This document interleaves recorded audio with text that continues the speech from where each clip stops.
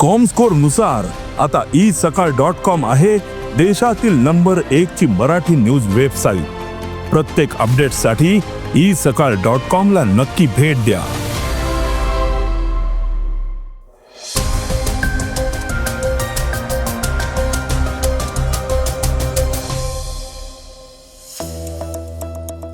सिडकोने गृहकर्ज मर्यादा वाढवली आहे। EPFOने आंतरराष्ट्रीय कामगारांसाठी नवीन नियम लागू केलाय। महाराष्ट्रात पर्यावरण कर दुप्पट केला।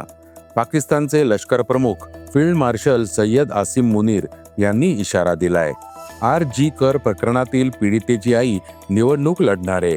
दिग्गज खेळाडू लिओनेल मेसी फिफा विश्वकरंडकात सहभागी होणार का? ट्रोलर्सवर नोरा फतेही संतापली आहे। या बातम्या आपण आजच्या पॉडकास्टमध्ये ऐकणार आहोत। नमस्कार, मी अनिरुद्ध गत्रे। आज 20 मार्च वार शुक्रवार। तुम्ही ऐकत आहात देशातील नंबर 1 मराठी न्यूज वेबसाईट isakal.comचं पॉडकास्ट। पॉडकास्टची पहिली बातमी आहे सिडकोची।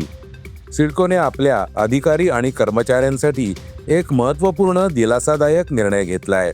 संस्थेने कमाल गृहकर्ज मर्यादा 50 लाख रुपयांवरून 1 कोटी रुपयांपर्यंत वाढवली आहे। कर्मचाऱ्यांना घर खरेदीसाठी आर्थिक सहाय्य उपलब्ध करून दिलंय। हा प्रस्ताव 11 मार्च रोजी झालेल्या संचालक मंडळाच्या बैठकीत सादर करण्यात आला। कर्मचाऱ्यांचं हित लक्षात घेऊन मंडळाने त्यास मंजुरी दिली। या निर्णयाची अंमलबजावणी करण्यासाठी 1989च्या सिडको कर्मचारी कर्ज कायद्यात आवश्यक दुरुस्त्याही करण्यात आल्या आहेत। सिडकोच्या नियमांनुसार कर्मचाऱ्यांना घर खरेदीसाठी कमी व्याजदरात गृहकर्ज दिलं जातं। नवीन मर्यादा लागू झाल्यामुळे कर्मचारी आता कमी व्याजदरात अधिक रक्कम मिळवू शकतील, ज्यामुळे त्यांचा आर्थिक भार कमी होईल। कर्ज मर्यादा कमी असल्यामुळे कर्मचाऱ्यांना अतिरिक्त निधीसाठी बँकांवर अवलंबून राहावं लागत होतं, ज्यामुळे त्यांच्या आर्थिक परिस्थितीवर दबाव वाढला होता। नवीन मर्यादेच्या अंमलबजावणीमुळे ही समस्या लक्षणीयरित्या कमी होण्याची अपेक्षा आहे। पॉडकास्टची दुसरी बातमी आहे कर्मचारी भविष्य निर्वाह निधी संघटनेची। कर्मचारी भविष्य निर्वाह निधी संघटनेने आंतरराष्ट्रीय कामगारांना मोठा दिलासा दिलाय। त्यांचा भविष्य निर्वाह निधी थेट त्यांच्या परदेशी बँक खात्यांमध्ये हस्तांतरित करण्याची प्रक्रिया सोपी आणि सुव्यवस्थित करण्यात आली आहे। 18 मार्च 2026 रोजी जारी केलेल्या एका परिपत्रकात EPFOने या उद्देशासाठी नवीन मार्गदर्शक तत्त्व लागू केली आहेत। आतापर्यंत आंतरराष्ट्रीय कामगार आणि त्यांच्या नियोक्त्यांना PF हस्तांतरणामध्ये अनेक अडचणींचा सामना करावा लागत होता। ही प्रक्रिया लांबलचक आणि किचकट होती, विशेषतः फॉर्म 15CA आणि 15CB दाखल करणे, कर नियम आणि ऑडिट यांच्याशी संबंधित गुंतागुंतीमुळे। या अडचणी कमी करण्यासाठी EPFOने हे पाऊल उचललंय। हा लाभ केवळ त्या देशांतील कर्मचाऱ्यांनाच मिळेल ज्यांचा भारतासोबत सामाजिक सुरक्षा करार आहे। याचा अर्थ असा की ज्या देशांसोबत हा करार नाही त्या देशांतील कामगारांना हा लाभ मिळणार नाही। नवीन नियमांनुसार आंतरराष्ट्रीय कामगार त्यांच्या पसंतीनुसार भारतातील, त्यांच्या मूळ देशातील किंवा तिसऱ्या देशातील बँक खात्यात पैसे मिळवू शकतात। ही सुविधा संबंधित सामाजिक सुरक्षा कायद्याच्या तरतुदींनुसार उपलब्ध असेल। पॉडकास्टची तिसरी बातमी आहे महाराष्ट्र मोटार वाहन कराची। राज्यातील वाढतं शहरीकरण आणि त्यामुळे वाढत्या वाहन वाहतुकीमुळे होणारं प्रदूषण लक्षात घेऊन पर्यावरण संरक्षण उपाययोजना राबवण्यात येत आहेत। महसूल वाढवण्याच्या प्रयत्नात महाराष्ट्र विधानसभेने महाराष्ट्र मोटार वाहन कर सुधारणा विधेयक 2026ला एकमताने मंजुरी दिली आहे।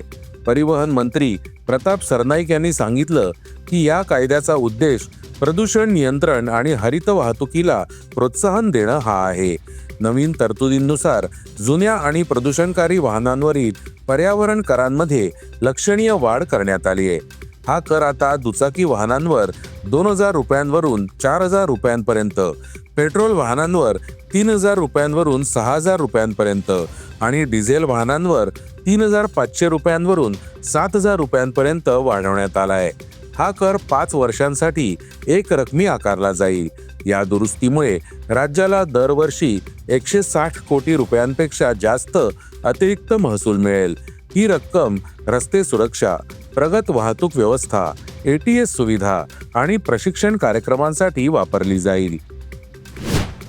पॉडकास्टची चौथी बातमी आहे आसिम मुनीर यांची. अफगाणिस्तानच्या भूमीचा वापर पाकिस्तान विरोधात दहशतवादी कारवायांसाठी होत असेल तर ते सहन केलं जाणार नाही, असा इशारा पाकिस्तानचे लष्कर प्रमुख फील्ड मार्शल सय्यद आसिम मुनीर यांनी दिलाय. रावळपिंडीतील शिया उलेमान सोबतच्या बैठकीत त्यांनी ऑपरेशन गझब लील हक अंतर्गत दहशतवादी पायाभूत सुविधा नष्ट करण्याचा निर्धारही व्यक्त केला. अफगाणिस्तानमधील तालिबानी सत्ताधीशांनी आपल्या भूमीचा गैरवापर रोखावा असं आवाहन मुनीर यांनी केलं. पाकिस्तानने मागील काही महिन्यांपासून अफगाणिस्तानमधील दहशतवादी टोळ्यांविरोधात कारवाई सुरू केली आहे. पॉडकास्टची पाचवी बातमी आहे RG कर वैद्यकीय महाविद्यालय बलात्कार प्रकरणातील पीडितेच्या आईची. पश्चिम बंगालमधील कोलकाता येथील RG कर वैद्यकीय महाविद्यालय आणि रुग्णालयातील बलात्कार प्रकरणातील पीडितेच्या आईने राज्यातील विधानसभा निवडणुकीत भाजपकडून निवडणूक लढवण्याची इच्छा व्यक्त केली. राज्यातील तृणमूल काँग्रेसचं सरकार हटवण्यासाठी निवडणूक लढवायची इच्छा असल्याचं पीडितेच्या आईने माध्यमांशी बोलताना व्यक्त केली. माध्यमांशी बोलताना त्या म्हणाल्या की मला फार पूर्वीच भाजपकडून निवडणूक लढवण्याबाबत विचारणा झाली होती, मात्र तेव्हा मी मानसिकदृष्ट्या या गोष्टीसाठी तयार नव्हते, परंतु आता भाजपने दिलेला प्रस्ताव स्वीकारण्याचा मी निर्णय घेतलाय. यावेळी त्यांनी ममता यांचं नाव न घेता त्यांच्यावरही टीका केली. पॉडकास्टची सहावी बातमी आहे क्रीडा क्षेत्रातून. दिग्गज खेळाडू लिओनल मेस्सी यावर्षी अमेरिका, मेक्सिको आणि कॅनडा येथे 11 जून ते 19 जुलै दरम्यान होत असलेल्या फिफा विश्वकरंडकात सहभागी होणार की नाही याबाबत प्रश्नचिन्ह निर्माण झालं होतं. मात्र आता लिओनल मेस्सी यंदाच्या विश्वकरंडकात खेळणार असल्याचे संकेत मिळू लागलेत. येत्या 31 मार्चला अर्जेंटिनाचा संघ ग्वाटेमाला संघाविरुद्ध मैत्रीपूर्ण सामना खेळणार आहे. या सामन्यासाठी अर्जेंटिना संघाच्या नेतृत्वाची धुरा लिओनल मेस्सीकडे सोपवण्यात आली आहे. यावरून लिओनल मेस्सी आता विश्वकरंडकात अर्जेंटिना संघाचं प्रतिनिधित्व करेल अशी चर्चा रंगू लागली आहे. पॉडकास्टची शेवटची बातमी आहे नोरा फतेहीची. नृत्य कौशल्य आणि आकर्षक उपस्थितीमुळे नेहमीच प्रकाशझोतात असलेली नोरा फतेही सध्या एका गाण्यामुळे नेटकऱ्यांच्या निशाण्यावर आली आहे. कन्नड चित्रपटातील सरके चुनर या गाण्याच्या हिंदी आवृत्तीभोवती निर्माण झालेल्या वादामुळे तिच्यावर प्रश्नचिन्ह उपस्थित करण्यात आलंय. हिंदीमध्ये काही अश्लील उल्लेख असल्यामुळे या गाण्यावर टीका करण्यात आली. त्याचबरोबर नोरा फतेहीवरही टीका करण्यात आली आहे. या प्रकरणात अनेकांनी तिच्या भूमिकेबद्दल शंका व्यक्त करत टीका केली. त्यावर नोराने स्पष्ट उत्तर दिलं की मी हिंदी आवृत्तीवर कामच केलेलं नाही, मला मूळ कन्नड आवृत्तीबद्दलच माहीत होतं. हिंदी गाण्यातील बोल याची मला अजिबात कल्पना नव्हती. तुम्ही माझा स्पष्टीकरण देतानाचा व्हिडिओ नीट ऐकला नाही का? तुम्हाला इंग्रजी समजत नाही का? असं म्हणत आपली भूमिका ठामपणे मांडली. काहींनी तिच्या नृत्य आणि वेशभूषेबद्दल नाराजी व्यक्त केली. यावर नोराने हे सर्व चित्रपटसृष्टीचा भाग असल्याचं सांगत आक्षेप असल्यास निर्मात्यांना जबाबदार धरावं असं स्पष्ट केलं. तसंच ती कायदेशीर कारवाई करणार असल्याचंही तिने सांगितलं. हे होतं isakal.com पॉडकास्ट, अर्थात सकाळचं पॉडकास्ट. उद्या पुन्हा भेटूयात. हे पॉडकास्ट तुम्हाला कसं वाटलं जरूर कळवा. त्याला रेटिंग द्या आणि इतरांना रेकमेंड करा. धन्यवाद. Script and research by Vrushal Karmarkar.